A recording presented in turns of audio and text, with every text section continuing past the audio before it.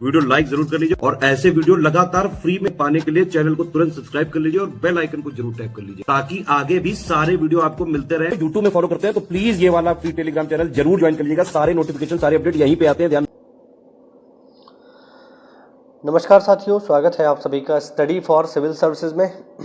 ये क्लास है हमारी मॉडर्न इंडिया की और आज का टॉपिक है क्रांति 1857।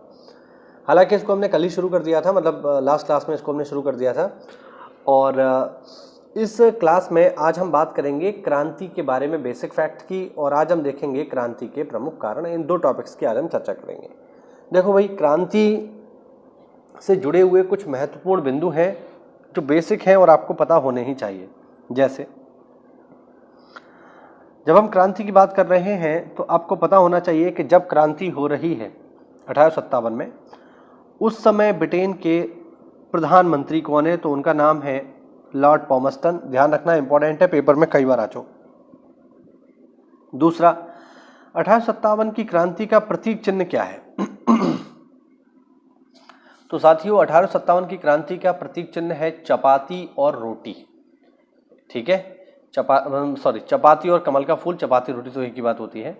तो कमल का फूल और चपाती ये इसका प्रतीक चिन्ह है, याद रखना। 1857 के विद्रोह को किस उर्दू शायर ने देखा? तो वो है मिर्जा गालिब। और मिर्जा गालिब का जन्म आगरा में ही हुआ है, तो इन्होंने 1857 के विद्रोह को प्रॉपर देखा था। हमारे यहाँ के ही है ये। 1857 के समय भारत का गवर्नर जनरल कौन है? तो वो है लॉर्ड कैनिंग, याद रखना। विद्रोह के लिए जो तारीख चुनी गई थी 1857 के विद्रोह की जो निश्चित तारीख थी साथियों, वो थी 31 मई, याद रखना, बहुत इंपॉर्टेंट है। विद्रोह की जो तारीख निर्धारित की गई थी वो थी 31 मई। लेकिन साथियों, विद्रोह अपनी निर्धारित तारीख से पहले ही हो गया और विद्रोह हो गया साथियों 10 मई को ही। यानी जो तारीख सेट करी गई थी 31, उससे पहले ही विद्रोह हो गया। और कब हो गया? वो हो गया 31 मई, मतलब 10 मई को ही हो गया, जबकि तारीख थी 31 मई। इस विद्रोह में, 1857 के विद्रोह में, कुछ वर्ग ऐसे भी थे जिन्होंने भाग नहीं लिया। जैसे तो साहूकार जो लोग हैं, जो पैसे देते हैं, ब्याज का काम करते हैं, वो, जमींदार, शिक्षित वर्ग और किसान, इन लोगों का इसमें कोई भी भागीदारी नहीं थी। तो बेसिकली फिर विद्रोह कर कौन रहा है? तो विद्रोह करने वाले जो लोग हैं वो मुख्य रूप से सैनिक हैं, याद रखना। सैनिक ही इस विद्रोह को मूल रूप से कर रहे हैं, बाकी समाज का मध्यम वर्ग इसमें शामिल नहीं है। जब विद्रोह हो गया तो उसके बाद 1857 के विद्रोह के बाद फौज को दोबारा से रीअरेंज करने के लिए कौन सा आयोग बनाया गया? पील आयोग बनाया गया। ध्यान रखना। रीअरेंज क्यों? क्योंकि भारतीय जो सैनिक हैं, जिनमें मूल रूप से जाट हैं, मराठा हैं, ठीक है, ब्राह्मण समुदाय के लोग हैं, राजपूत समुदाय के लोग हैं, इन लोगों ने विद्रोह किया है। जैसे मंगल पांडे ने पहली गोली चलाई, तो इन लोगों को सेना से कम करने के लिए तय किया गया कि इनको कम करेंगे हम, और इसके लिए प्रॉपर एक कमेटी बनाई गई। इस कमेटी का नाम है पील आयोग। ठीक है, चलिए, ये तो बेसिक फैक्ट हुए। अब हम आगे बढ़ते हैं। अब हम देखते हैं कि इसके विद्रोह के कारण क्या हैं। देखिए, विद्रोह एक दिन में नहीं हो जाता है। विद्रोह कोई एक दिन में होने वाली चीज नहीं है, इसमें काफी समय लगता है, बहुत सारी चीजें कारक बनती हैं, तब जाकर के लोग विद्रोह करने के लिए मजबूर होते हैं। ठीक है, तो चलिए शुरू करते हैं। कारण अगर हम यहाँ पर देखें तो पहला कारण है हमारे पास राजनीतिक। ठीक है, राजनीतिक कारणों में अगर हम देखें तो लॉर्ड डलहौजी की जो राज्य हड़प नीति है, जो व्यवगत सिद्धांत है, वो एक प्रमुख कारण है। इसके अलावा लॉर्ड वेलेजली की सहायक संधि, जिसके द्वारा बहुत सारे राज्यों को गलत तरीके से अंग्रेजी राज्य में शामिल कर लिया गया। तीसरा, बहादुर शाह जफर के साथ अपमानजनक व्यवहार। बिल्कुल सही बात है, बहादुर शाह जफर जो है पेंशनर हो गए थे और अंग्रेजों ने ये घोषणा कर दी कि बहादुर शाह की मृत्यु के बाद अब कोई भी व्यक्ति मुगल सम्राट के पद पर नहीं बैठेगा, ये अंतिम है। ठीक है। दूसरा, अवध का विलय। देखिए, अवध काफी महत्वपूर्ण स्टेट था और अवध को किस आधार पर अंग्रेजी शासन में मिलाया गया, ये पेपर में पूछा जाता है। तो अवध को कुशासन के आधार पर अंग्रेजी राज्य में मिलाया गया, जो जनता के लिए काफी एक ऐसी चीज थी, लोगों के लिए ऐसी चीज थी जो उन्होंने कभी सोचा नहीं था कि ऐसा भी हो सकता है।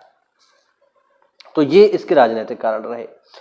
प्रशासनिक कारण की अगर हम बात करें तो अंग्रेजी का प्रसार और देशी भाषाओं की उपेक्षा।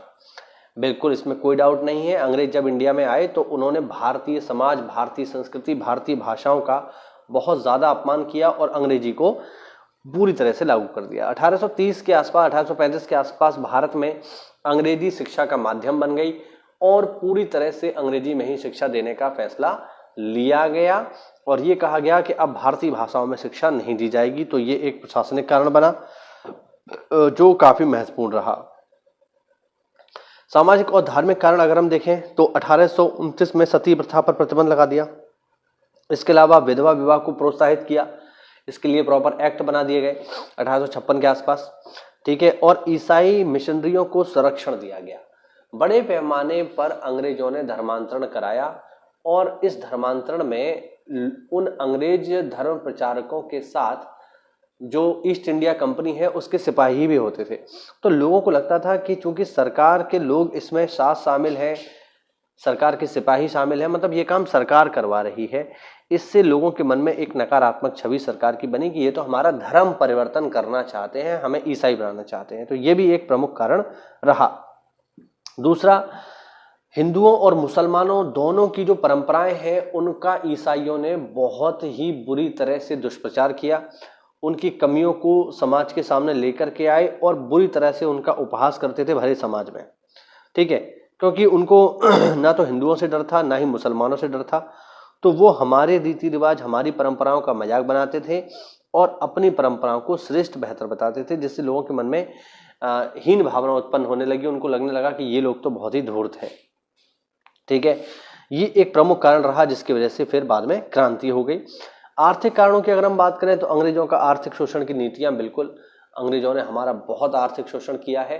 मैंने आपको जो पिछली क्लासेस हैं उनमें आपको बताया मैंने कि जो दादा भाई नौरोजी हैं उन्होंने एक सिद्धांत दिया है जिसका नाम है धन के निष्कासन का सिद्धांत, जिसमें वो बताते हैं कि आखिरकार किस तरीके से अंग्रेजों की नीतियां भारत में शोषण का कार्य कर रही हैं, किस तरीके से अंग्रेज भारत से धन लेते हैं और इंग्लैंड में छोड़ आते हैं, ठीक है। तो उन्होंने एक प्रॉपर बुक लिखी, इंग्लैंड बैक टू इंडिया, उसमें बताया है कि किस तरीके से अंग्रेज हमारी जो आर्थिक संपदा है उसका विनाश कर रहे हैं। तो ये एक कारण रहा जिसकी वजह से लोगों ने अंग्रेज के खिलाफ विद्रोह किया। अब चूंकि हमारे पास पैसे ही नहीं है तो इस वजह से हम लोग गरीब हो गए और गरीबी में, भुखमरी की स्थिति में लोग जो है विद्रोह करने के लिए, आंदोलन करने के लिए मजबूर हुए। सैन्य कारण अगर हम देखें तो सैनिकों के साथ भी भेदभाव किया जाता था। जैसे भारतीय सैनिकों को अंग्रेजी सैनिकों की तुलना में कम वेतन दिया जाता था। भारतीय सैनिकों को समुद्र से, मतलब भारत की सीमा से बाहर जहाज से लेकर जाया जाता था समुद्र में, और उस समय मान्यता ये थी कि किसी भी व्यक्ति को समुद्र में नहीं जाना चाहिए, समुद्र में जाने से धर्म भ्रष्ट हो जाता है। लोगों की ऐसी सोच थी। अब इन लोगों को जब लेके जा रहे हैं भारत से बाहर पानी के जहाज में, म्यांमार लेके जा रहे हैं, अफ्रीका लेके जा रहे हैं, तो इन लोगों के ऊपर बहुत ही सामाजिक दबाव था कि तुम्हारा तो धर्म अब भ्रष्ट हो चुका है।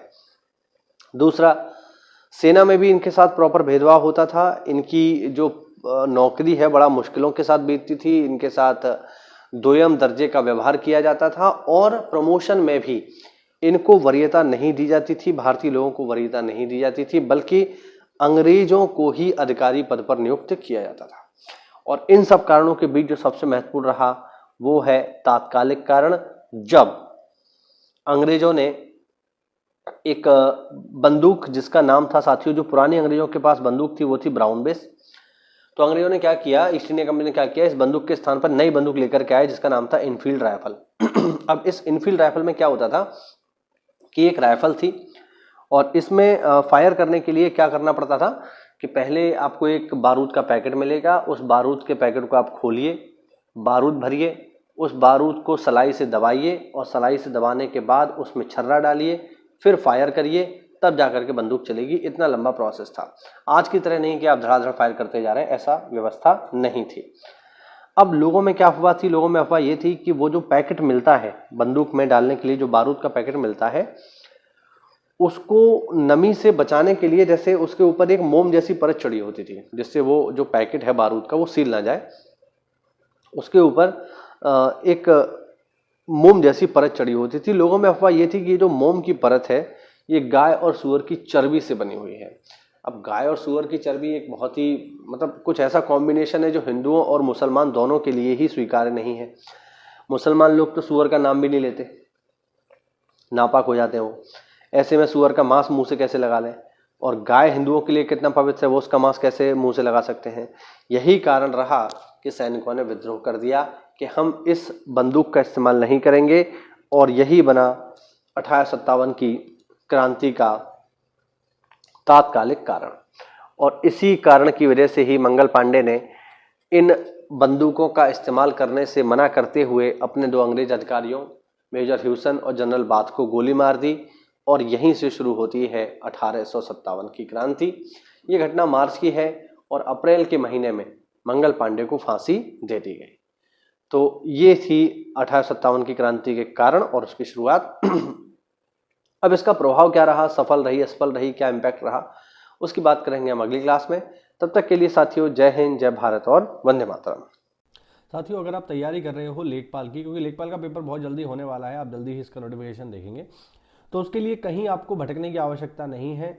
आज ही जुड़िए स्टडी फॉर सिविल सर्विसेज से, क्योंकि हमारे पास है सबसे बेस्ट टीम और बहुत सारा अनुभव जो आपको एग्ज़ाम में बहुत ज़्यादा हेल्प करेगा। ठीक है, तो अगर आप हमसे जुड़ना चाहते हैं, क्या गड़बड़ है, माधव